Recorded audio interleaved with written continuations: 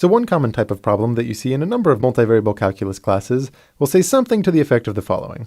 Find and classify all of the critical points of, and then you'll insert some kind of multivariable function. So first of all, this idea of a critical point basically means anywhere where the gradient equals 0. So you're looking for places where the gradient of your function at some kind of input, some specified input x and y that you're solving for, is equal to 0. And as I've talked about in the last couple videos, the reason you might want to do this is because you're hoping to maximize the function, or to maybe minimize the function. And now the second requirement of classifying those points, that's what the second derivative test is all about. Once you find something where the gradient equals 0, you want to be able to determine, is it a local maximum, is it a local minimum, or is it a saddle point? So let's go ahead and work through this example. The first thing we're going to need to do, if we're solving for when the gradient equals 0, and remember when we say equals 0, we really mean the 0 vector, but it's just a convenient way of putting it all on one line.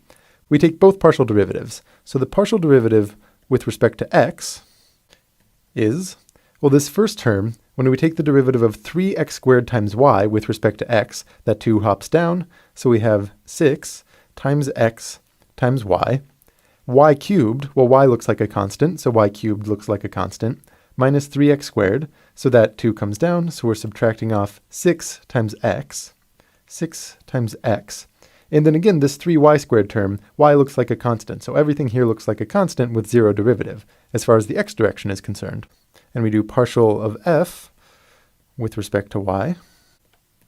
Then this first term looks like some sort of constant, 3x squared, x looks like a constant, so some kind of constant times y. So the whole thing looks like 3x squared. The second term, minus y cubed, looks like minus 3y squared when we take the derivative, minus 3y squared. And then this next term only has an x, so it looks like a constant as far as y is concerned. And then this last term, we take down the 2, because we're differentiating y squared, and you'll get negative 6y. Negative 6 times y. So when we are finding the critical points, the first step is to set both of these guys equal to 0. So this first one, when we do set it equal to 0, we can simplify a bit by factoring out 6x. So this really looks like 6x multiplied by y minus 1. And then that's what we're setting equal to 0. And what this equation tells us is that either it's the 6x term that equals 0, in which case that would mean x is equal to 0, or it's the case that y minus 1 equals 0, in which case that would mean that y equals 1. So at least one of these things has to be true. That's kind of the first requirement that we've found. Let me scroll down a little bit here.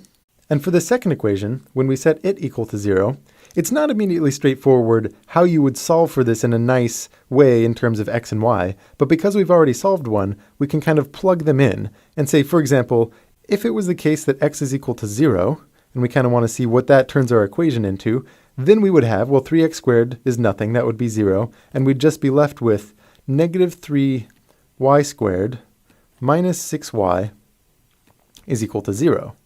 And that we can factor out a bit. So I'm going to factor out a negative 3y. So I'll factor out negative 3y, which means that first term just has a y remaining. And then that second term has a 2, a positive 2, since I factored out negative 3. So positive 2, and that equals 0.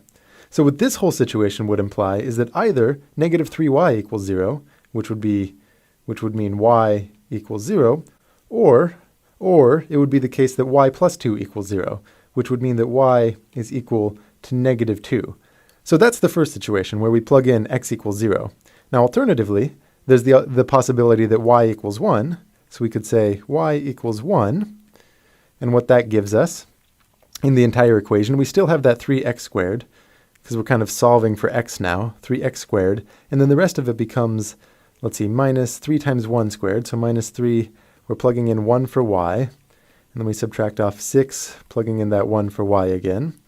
And that whole thing is equal to 3x squared, then minus 3 minus 6, so I'm subtracting off 9. So from here I can factor out a little bit, and this will be 3 multiplied by x squared minus 3. And what that implies then, since this whole thing has to equal 0, what that implies is that x squared minus 3 is equal to 0. So we have x is equal to plus or minus the square root of 3. And maybe I should kind of specify, these are distinct things that we found. One of them was in the circumstance where x equals 0, and then the other was what we found in the circumstance where y equals 1. So this gives us a grand total of 3 different critical points. Because in the first situation where x equals 0, the critical points that we have, well, both of them are going to have an x coordinate of 0 in them, x coordinate of 0, and the 2 corresponding y coordinates are 0 or negative 2. So you have 0 or negative 2. These are kind of 2 possibilities. And then there's another 2 possibilities here where if y is equal to 1, when y is equal to 1, we'll have x's positive or negative square root of 3. So we have positive square root of 3 and y equals 1, and then we have negative square root of 3 and y equals 1. So these are the critical points. Critical points, which basically means all partial derivatives are equal to 0. And then in the next video, I will classify each of these critical points using the second partial derivative test.